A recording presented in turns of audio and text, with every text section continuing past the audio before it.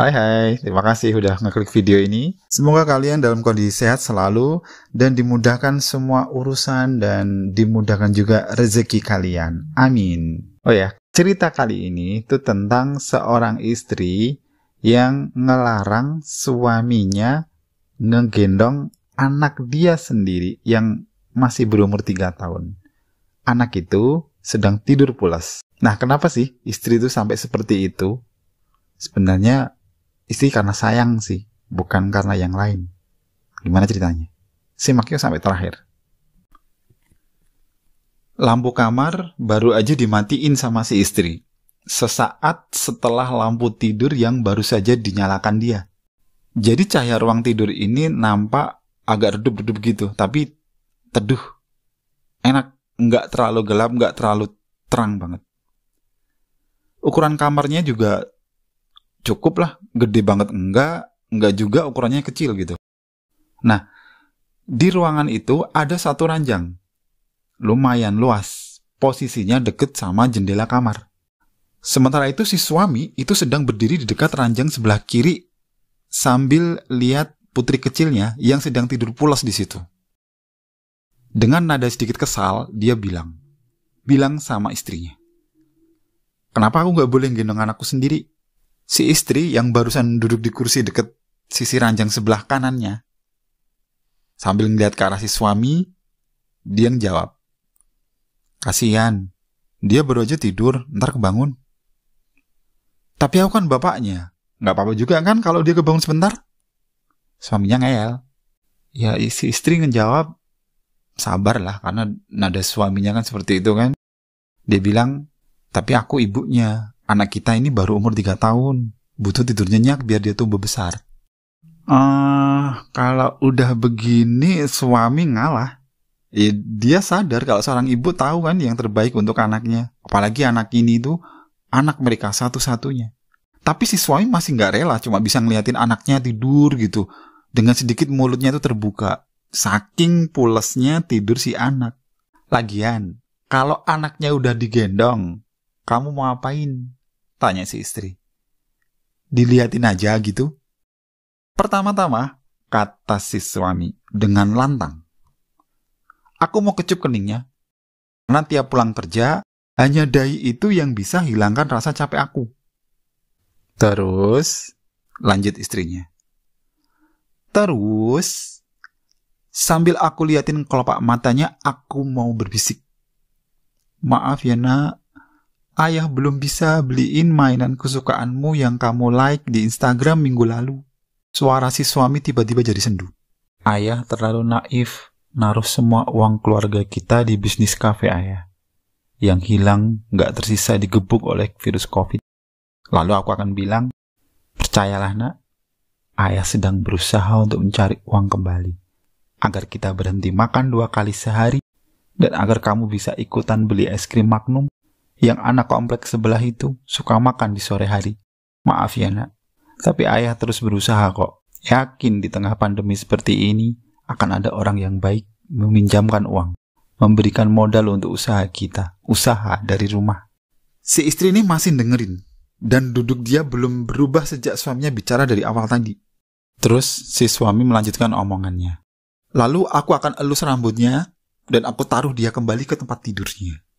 Tuh kan, aman kan? Cuma selama itu aja kok. Boleh dong aku gendong dia?" Si istri lalu melihat ke arah suaminya, dan bukannya ngejawab, dia balik nanya, "Kok istrinya nggak pernah dikecup lagi dahinya?" "Ya kalau dibolehin ngegendong, kamu juga kebagian kecupan dahi. Janji," kata suami. Si istri tertawa dengan kalem mendengarnya. Tapi si suami melihatnya dengan mata sendu. Lalu bilang, "Maaf ya, kalau aku kecewain kamu." "Aku nggak pernah kecewa sama kamu, Mas. Nggak pernah," kata si istri. Si suami lalu menatap ke arah lampu tidur. Matanya mulai berkaca-kaca gitu. Sesaat hening. Lalu dia bilang, "Mungkin harusnya dari dulu aku ngedukung kamu ngembangin bakatmu itu ya, dan bukan yang membuatmu terjebak di rumah setiap hari begini." "Bakat apa?" tanya istri. "Nyanyi." "Aku kan nggak bisa." "Itu bakat kamu." "Yang itu tuh." "Oh, Yang itu, jawab istri. Heeh, kamu kan bisa tuh ngeliat dan bicara sama hantu. Aku lihat banyak yang sukses jadi konten kreator. Bikin channel di YouTube, terus bikin buku, masuk di TV. Harusnya aku ngedukung kamu ya. Harusnya aku jadi suami yang lebih bisa membuat istrinya nyaman meraih potensi dirinya. Ya minimal bayarin kelas public speaking atau beliin kamera pas waktu aku masih ada uang sedikit di kala itu. Emang kamu percaya aku bisa ngelihat hantu? Meskipun teman dan keluargaku sering ngomongin kalau aku ini halu, tanya si istri. Aku percaya, kata si suami. Singkat, yakin. Menikahi kamu artinya percaya dengan ucapanmu. Apa enaknya menikah kalau ada keraguan kan? Istri tersenyum tipis lalu bilang, kamu kenapa sih selalu bikin aku senyum? 2 detik berlalu dalam diam. Kamu inget kapan terakhir gendong aku? Tanya istri. Ingat banget, itu di hari aku ngelamar kamu. Fotonya masih aku simpen tuh, di laci paling bawah, deket charger handphoneku yang udah rusak. Si suami menunjuk ke arah laci. Si istri sambil menarik nafas panjang, dia memandang ke arah sang suami. Waktu itu kamu gendong aku di halaman kafe, sampai malu dilihatin orang. Kamu gendong aku setengah berlari. Kamu terlalu bahagia karena aku bilang, aku mau, setelah kamu tanya, kamu mau nggak jadi istriku? Yang malu sih bukan gendongnya, tapi 10 menit sebelum aku ngelamar kamu, waktu aku kasih lihat isi saldo rekening bank aku. Tepatnya waktu aku bilang, aku cuma punya segini. Iya, dan aku kan bilang, berapapun cukup, asal sama kamu, kata istri. Aku masih simpen loh, tespek yang dulu. Video pas aku nangis, masih kamu simpen nggak? Lanjut si istri. Masih banget. Aku post di second account aku, yang nggak ada yang tahu. Yang biasanya aku pakai buat order sambal kesukaanmu tuh, yang penjualnya nyebelin itu. Dulu kita masih punya uang ya, buat beli hal-hal kayak gitu. Sambung si suami. Sekali lagi, maafin ya. Kamu pasti kecewa sama aku. Aku nggak pernah kecewa sama kamu, Mas. Nggak pernah, jawab istrinya. Si istri kemudian terdiam sesaat. Dia sambil menghapus air mata dia yang baru saja netes. Kamu kenapa? Kok tiba-tiba nangis? Tanya si suami. Enggak, Mas. Enggak kenapa-napa, jawab si istri. Si suami mendekat lagi ke arah anaknya yang tidur pules tuh. Dia ngeliatin anaknya. Posisi tidurnya tuh nggak pas. Kepalanya justru ada di antara bantal dan boneka kesayangannya. Ya, namanya juga tertidur pulas ya. Posisi tidur emang udah nggak beraturan lagi kalau udah gitu. Aku mau gendong dia kata suami.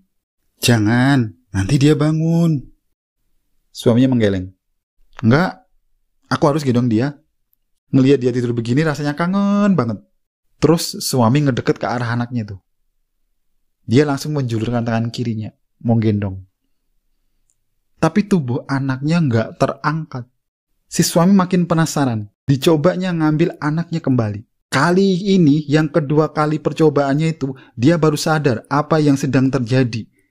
Dia melihat dengan kepala matanya sendiri kalau tangannya itu tembus melewati tubuh anaknya. Bingung, lalu sang suami menoleh ke arah istrinya. Si istri terlihat menghapus lagi 1 butir air mata yang baru saja jatuh. Lalu dia bilang, 3 hari yang lalu, kamu coba minjem uang ke teman lama kamu yang jadi pengawas pabrik beton itu. Kamu masuk kawasan pabrik, mengabaikan peringatan orang-orang yang di situ agar kamu mengenakan helm pengaman. Kata kamu cuma sebentar kok. Lalu tiba-tiba tiang itu menggelinding. Dan seperti takdir yang selalu tepat waktu, tiang itu menimpa kepalamu, Mas. Si suami nih langsung meraba bagian kepala kanannya. Ada bagian yang, pecah. Membentuk cekung ke dalam kepalanya. Dan terasa hangat. Dia nggak berani melihat tangan kanannya, karena dia tahu ini pasti penuh darah. Sementara itu, yang tangan kirinya tadi masih tembus di belakang tengkuk leher anaknya. Melihat kondisi itu, si suami bilang, kenapa kamu nggak bilang dari tadi? Sebab aku mau membiarkan kamu pamit, Mas, jawab istri. Si anak ini kemudian terbangun karena ada rasa dingin di tengkuk dia. Terus si anak ini buka matanya. Dia bingung. Lalu si anak ini duduk. Dia ngelihat di depan dia ada ibunya sedang menyeka pipinya yang basah. Lalu anak ini melihat sekelilingnya. Dan dia nggak mendapati apa-apa kecuali hanya ibunya dan dia. Nah, demikianlah kisahnya. Terus, apa yang kalian rasakan? Share di komentar ya. Oh ya, kisah ini merupakan cerpen karangan Kak Raditya Dika, tapi dengan pembawaan cerita versi aku sendiri. Untuk Kak Raditya Dika, mohon izin ya, aku bawain cerpen kakak dengan versiku sendiri. Tentunya dengan sedikit pengubahan seperlunya. Oke, see you. Sampai jumpa di kisah berikutnya. Bye.